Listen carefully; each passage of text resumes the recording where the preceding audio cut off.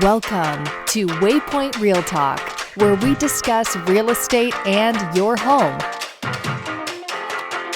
Let's get started with your hosts, Aaron Shishilla and Austin Hines.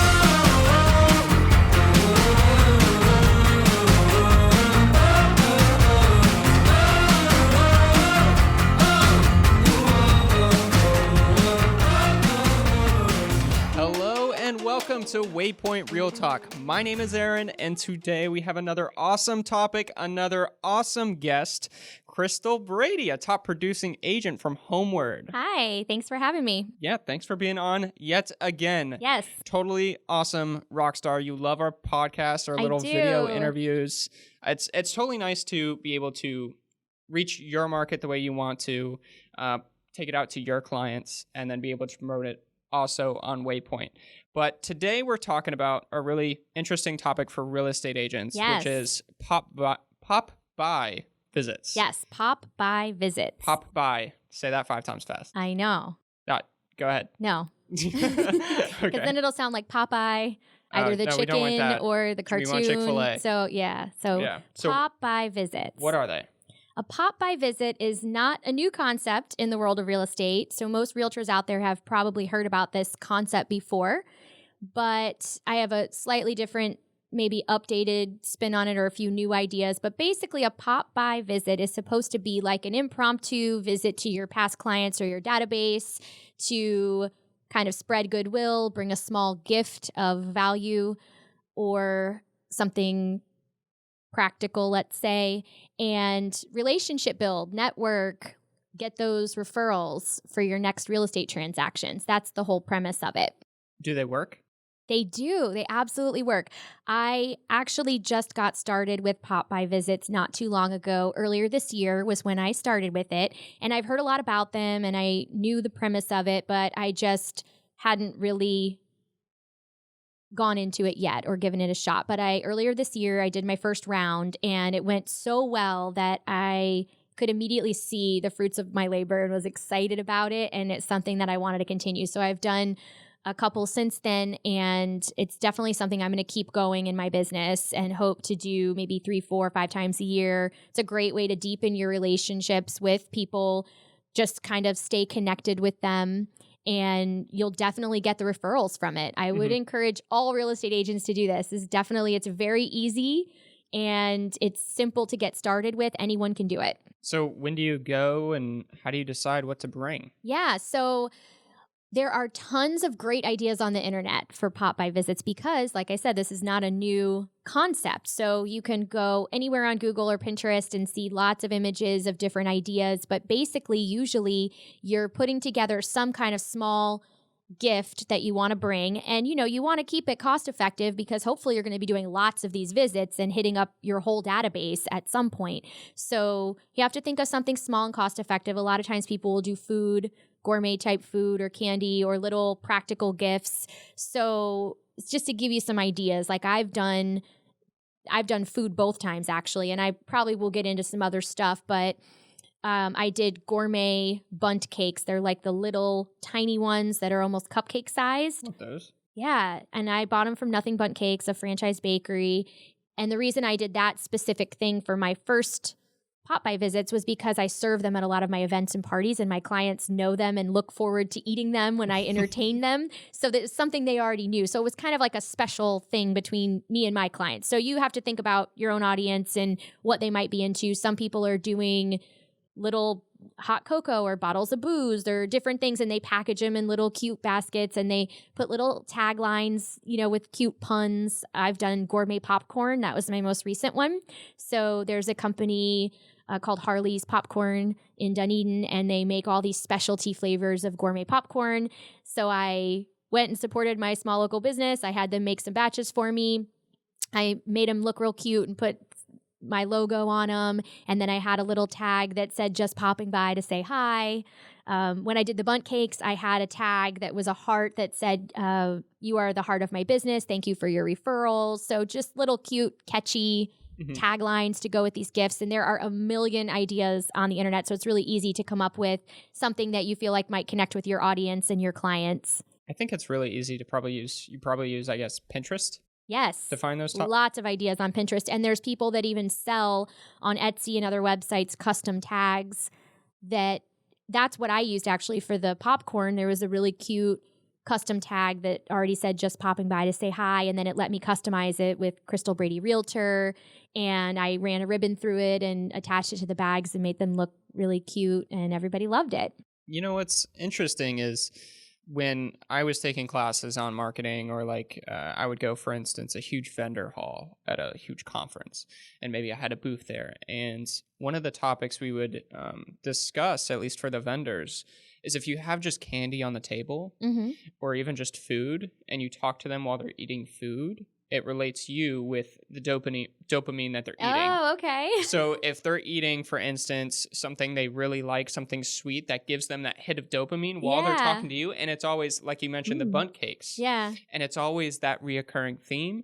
Well, whenever they relate to you, they think, ooh, I get a hit of dopamine whenever they talk to you. So I think that's a really neat thing about it, is if you bring food or even, I guess, alcohol, little things of booze, that would work. It depends on your clientele, right. Obviously knowing your people, but this is going to be you doing visits to people you've done business with, your sphere of influence, the database you're trying to promote yourself to and you want referrals from. So these people. You should pretty much know more or less if it's more families or people that maybe don't have kids, and that's when you can decide what an appropriate thoughtful gift would be for those people. Yeah. And a lot of companies are even offering pop-by services, which are different in that you can go online and select gifts and have them mailed, which I'm not ever going to do that because I want that personal connection and to visit and be face-to-face with them. But it gives you ideas for what other people are doing and what they can offer. So even things like holiday pop-bys are a big theme. So if it's Valentine's Day, they might do something Valentine's theme, or Christmas or 4th of July, any holiday, fall, Thanksgiving. People are always coming up with cute ideas and taglines that are relevant to those holidays and items that might go with that. Some people are doing pumpkins or wrapping paper at Christmas time. So sometimes they're practical gifts. I've gotten oven mitts before. My lender does them, and she sent me an oven mitt, and it was a nice silicone one, and I love it, and I use it all the time. So I've got her branding always when I'm baking in the kitchen. So it can be really smart, too, just if you're giving an item that's practical. Doesn't always have to just be food, but obviously, like you said, people love food. Yeah. Most people are really excited to get food, some kind of treat or something they can eat. So yeah, that works out great, too. So just, know your audience and think about what might appeal to them. And there's tons of ideas on the internet. So when do you, after you decide on a topic through Pinterest, when do you decide you're going to go? So how do you decide what day? And I'm sure with a lot of people, you're just so amazing at networking and connecting with all types of different people. How do you decide what you're going to say, what you're going to do when you get there? Well, the first thing I thought of when I was making a plan for my first attempt at this was a lot of traditional real estate coaches and people that talk about pop-bys in the past make it sound like it's this unannounced visit. You literally just popping over. And the first thing I thought of was, I don't like that concept. In this day and age, everybody's got the Ring doorbell. You don't even want to answer the door if you don't know who it is. Most people are upset if they're not expecting company and somebody does randomly show up. So I wasn't, as a person, comfortable with the concept of just randomly stopping by. So my first strategy was to figure out a way logistically how I could almost schedule them in advance, let them know that I'm coming and know that they're going to welcome me. So what I did was I picked a weekend where I knew I wasn't having to show property or do a lot of real estate business that was open for me. And I did it on a weekend because a majority of people work during the week. So I wanted to hit people while they were home. So what I did was I started texting people maybe on Thursday or Friday and saying, hey, I kind of had a little script, and I did it mostly over text. You could call if your people are more phone call type people. A lot of my database are big texters, and that's just how I know I'm going to get a response. So do whatever works for you. Call, text, email, whatever you need to do. But I chose texting primarily, and I would just reach out to them on a text and say, hey, I am doing some client visits this weekend, and I've got a little gift I'd like to stop by and drop off to you if you're going to be home. I'm going to be in your area on Saturday afternoon. And then I would just wait to see what they had to say. And I tried to lump it geographically. I decided I would do like my Brandon, Riverview, Apollo Beach one day, and then maybe my Tampa the other day, and then maybe my Lutz, Wesley Chapel, Land O'Lakes another day. So I just started reaching out to groups systematically. And I didn't tell them an exact time because I knew I was trying to hit a bunch of houses and I didn't know how long I'd be at each house. I'd never done them before. So I would just kind of say Saturday afternoon or Sunday between 1 and 4. Like I would give kind of a broad window just to feel them out and see if they were going to be home. And a few of them were like, oh, I'm out of town. And I would say, no worries. I'll catch you on the next one. This is something I'm going to start doing regularly. And they were very receptive. Great. Yes. Hopefully we'll see you next time. And then a bunch of the other people were all like, great. Yes. Come on by. We're going to be home. And then when they would say that, I would respond back and say, great. Once I'm on the road and I have a better idea of around what time I'll be there, I'll give you a little update while I'm in the car.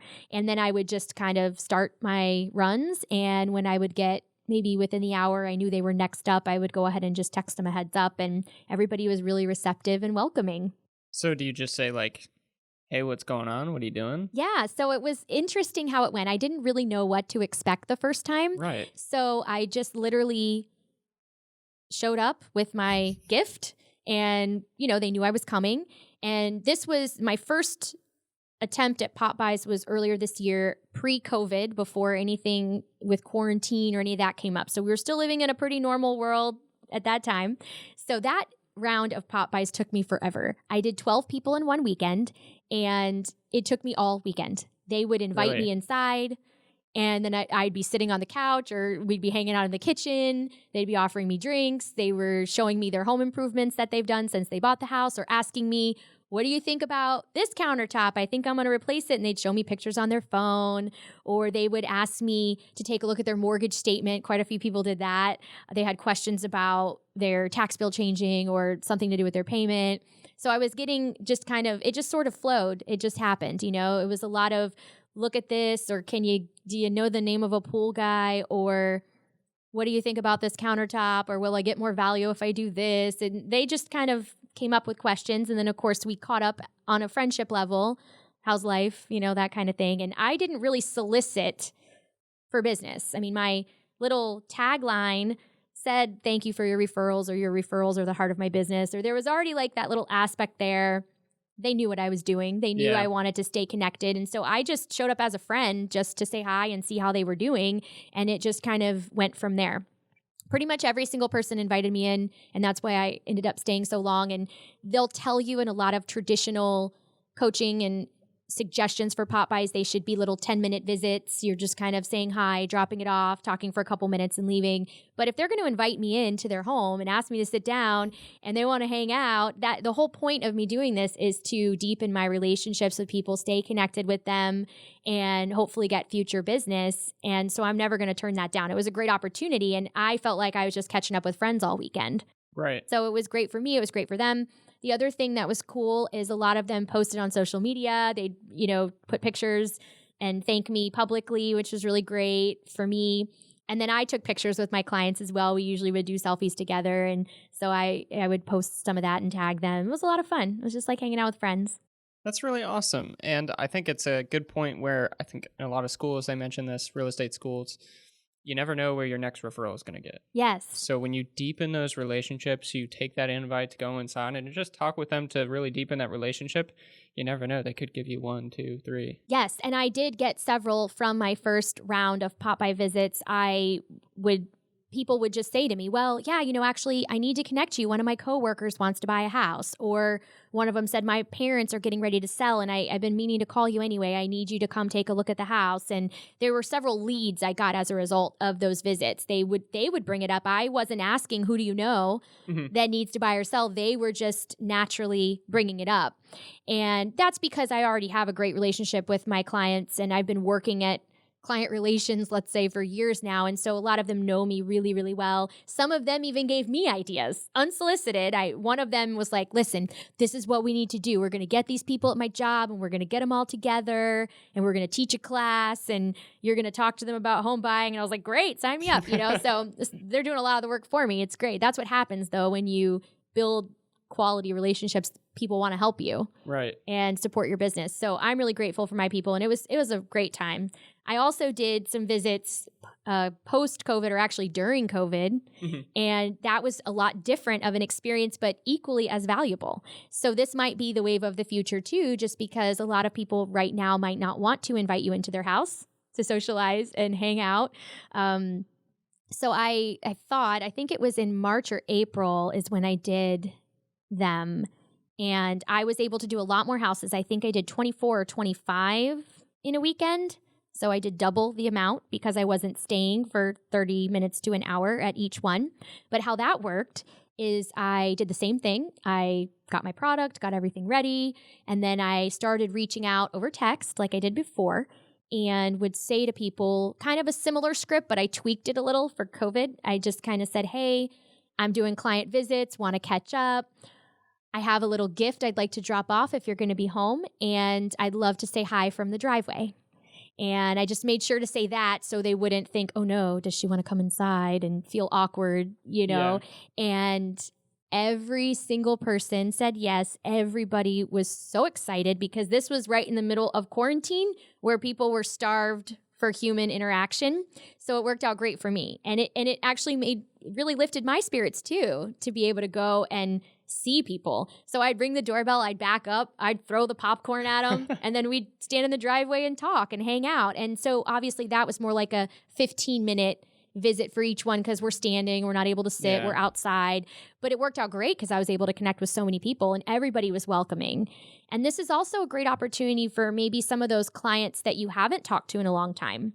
I had one that I have not seen in person since she closed, and it's been probably 3 to 4 years since she bought her house from me. We are connected on social media and we kind of keep up with each other's lives. That way we'll interact on each other's posts and things like that. But she doesn't come to any of my events, even though I invite her. It just doesn't work out for her schedule or it just hasn't happened for whatever reason. But we have been connected on social media. But beyond that connection, we haven't really talked one-on-one since she bought her house.